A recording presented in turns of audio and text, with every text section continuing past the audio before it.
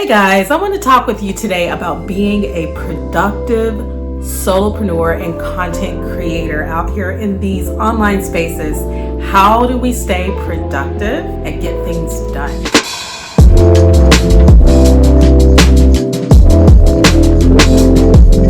So the very first tip I'm going to give you is going to be the most business-like of them all. If you know me from any of my previous videos, I'm very approachable and personable.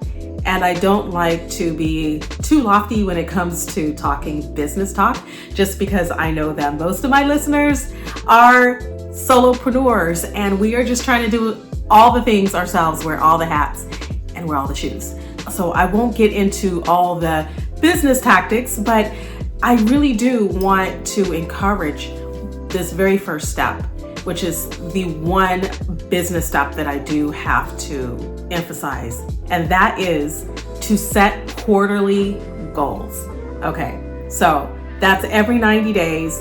We're talking about setting goals that allow us to have a roadmap for what our business should be looking like, just so that we know what we're walking into every quarter. And if you don't set quarterly goals, and if you don't know what's happening in the next couple of weeks, couple of months, then you won't make the necessary steps to moving in that direction. So I totally recommend that you at the very least, know what's going to happen in your upcoming year by breaking that year into quarter goals. So if you know that you're going to have some big events happening, maybe you're going to create a workshop for your guests. Maybe you're going to be online with a workshop, maybe an online summit, but maybe you're doing an in-person event as well. Wherever these events will be held, whatever you're going to be doing, things need to start happening now, months in advance, before you actually are able to pull this off. So that's why we like to separate our year into quarters, so we know what we're doing each quarter so that we can achieve our goals. I like to place in my quarterly goals things like holiday product launches, things that I know I want to do by a certain date. And I really pushed it this year for my Black Friday product launch, but I'm glad that we made it. I'm glad that we got it done just in time. And so this is my first year actually being successful in that. I wasn't able to do it last year. And so when you put it in your quarterly plan, sometimes it just gives you the incentive to make it happen far in advance. So just make sure you have something like that on paper or digital paper so that you know what's happening in your business and when and what you're looking forward to doing. That said, I would also like to really emphasize having a content calendar. So now that you know, like major events that are going to be happening in your business, things that you'll want to do, that you want to produce by a certain time, the major things in your business, you'll also want to look at your content, that the type of content you want to be publishing around those major events, right? So maybe it's a product launch during Christmas, a holiday sale. So you'll want to have content that correlates with that holiday sale. You'll want to have content that correlates with the Cyber Monday and the Black Friday sale, right? And maybe in between, you are having certain themes and topics that you want to discuss from month to month. So you'll want to make sure to get that content out there. So that's where your content calendar is going to be so helpful in your business. So creating a content calendar is really important. How I create my content calendar is just to sit down and brainstorm ideas that I want to possibly consider. I don't take all those ideas during my brainstorming session, but the ones that really stand out to me and make sense, it goes into my planner. Again, I separate my content themes and my topics that I want to really focus on each month of the year. Then I organize that content on my actual calendar. My calendar becomes my boss so that I know what I'm working on from week to week. And all I have to do is open up my calendar in Google Calendar and it tells me what I'm doing. I also take that information that I brainstormed and created the topics and the themes, and I put it into something that would be a management system for me. And I currently am using Notion, but in the past I have used Trello, which has been really helpful to me also. So find your project management tool and utilize it. Then I simply do what's called batch scheduling. I do a batch creation and batch schedule. Right now, as I'm sitting here, I've already probably recorded about 4 or 5. This might be my 5th video. And there's going to be a day later this week that will be nothing but edits, and I will edit those videos.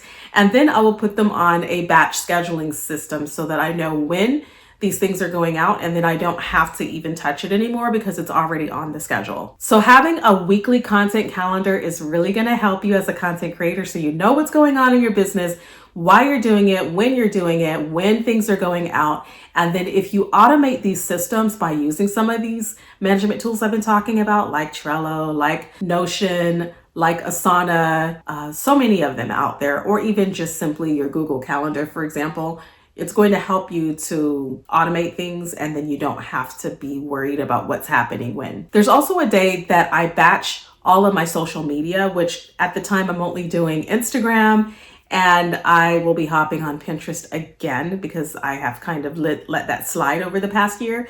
But as I start back doing Pinterest and start back with my Instagram, I'm starting to take more time to create posts all at once so that they can be scheduled out properly. And I noticed that when I don't schedule them in advance, I just don't post anything. I won't even sporadically post to Instagram or Facebook or LinkedIn or anything, just because it's not already planned. And that's why sitting down to have a day set aside to create that content for social specifically is important. But for me, getting my main content done for my blog, for my videos, and my podcast is very important. And then after that comes the marketing. And that's where Instagram and LinkedIn and Facebook and my email list comes in for the marketing aspect of it. So I put my energy on that last, but I put my energy on the content creation first. And then lastly, I have a day where I just do review of my analytics and brainstorming for new ideas for the upcoming week. So I look at how things been going on YouTube, how things been going on my podcast, and are there any tweaks I'd like to make in order to be more effective with the content I'm creating, more engaging? What can I change in my titles, my thumbnails in YouTube, or is there anything I can change in my SEO? Is there something I can do to make it even more useful for listeners and viewers? Once I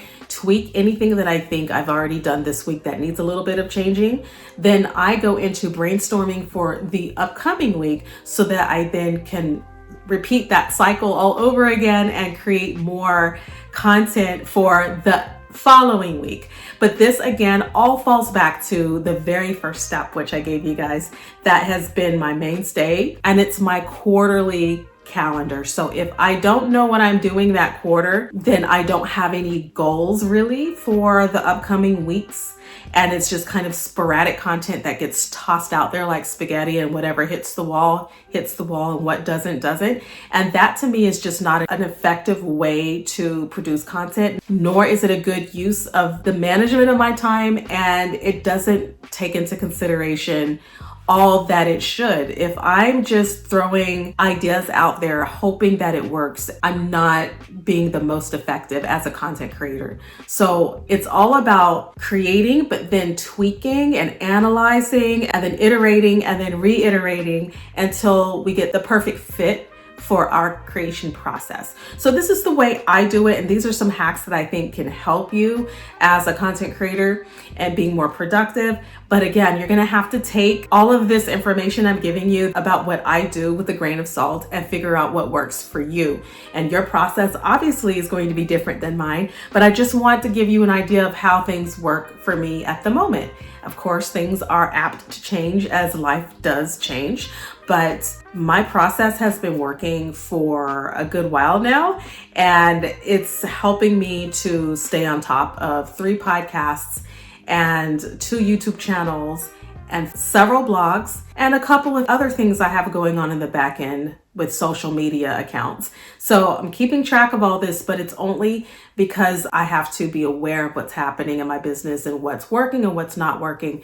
And by the way, one of the things I do as a content creator is I do a lot of experimenting. I'm not afraid to try something, and if it doesn't work, toss it out the window. I'm not afraid to start new channels, new podcasts, and if they don't work, I just don't do it anymore. And so I found that if something is drying up and just is not as productive and not producing the fruit that I want it to produce, then I'll give it some time. And if it still doesn't seem to be really catching, then I will most certainly say my goodbyes to that smaller audience and move on to something that I think is the better use of my time and engagement, so I can put more energy where it matters. And I hope that's encouraged you. If you're a new content creator and you're just getting started, I hope that this has given you a little bit of a feeling of solidified planning, that you know that there's a way to do this and that it can work for you, but that you have to just sort of keep doing it and get into the flow that works best for you. And then also, if you are a content creator that's been doing this a while, but you just have been, like I said earlier, throwing spaghetti at the wall to see what sticks, that maybe this will encourage you to create some processes that work better for you, so that you're not just trying new things all the time, and that you are able to find a routine that actually works. And that is all I have for you today on this video. Thank you so much for watching, and I wish you the best with your content creation. I hope that you will like this video and subscribe and follow. And any resources that I provide, free ebooks, I have loads of toolkits and courses available for you. You will find some of that below in the description box, and you can get a hold of that. Thank you so much for watching, and until next time, bye.